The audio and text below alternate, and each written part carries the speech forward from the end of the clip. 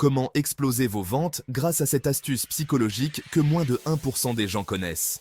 Netflix adore l'utiliser pour générer des millions d'euros en l'espace de quelques minutes sous vos yeux. Mais avant de vous dévoiler cette puissante astuce psychologique qui marche à tous les coups si vous l'utilisez bien, je dois vous raconter comment elle a été découverte.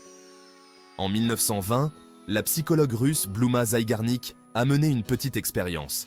Elle a demandé à des participants de réaliser plusieurs tâches simples, comme faire des puzzles ou résoudre des problèmes de maths. Cependant, certaines tâches étaient volontairement interrompues avant qu'elles ne soient terminées.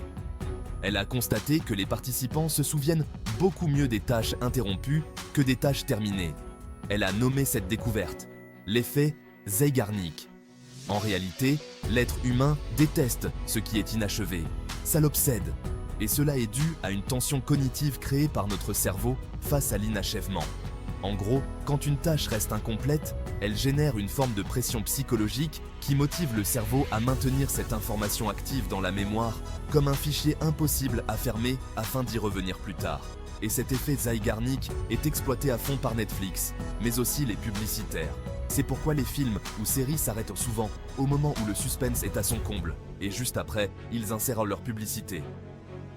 Non seulement ils savent que vous allez attendre pour voir la suite, mais ces pubs profitent de l'état de tension pour s'ancrer directement dans votre subconscient. D'ailleurs, c'est pour cette raison que les publicités insérées en plein milieu coûtent une fortune. Vous pouvez aussi l'utiliser effet Zygarnik partout dans votre business, en créant du suspense. Parce que le suspense va hacker le cerveau de vos clients, qui voudront absolument tout savoir, peu importe le prix.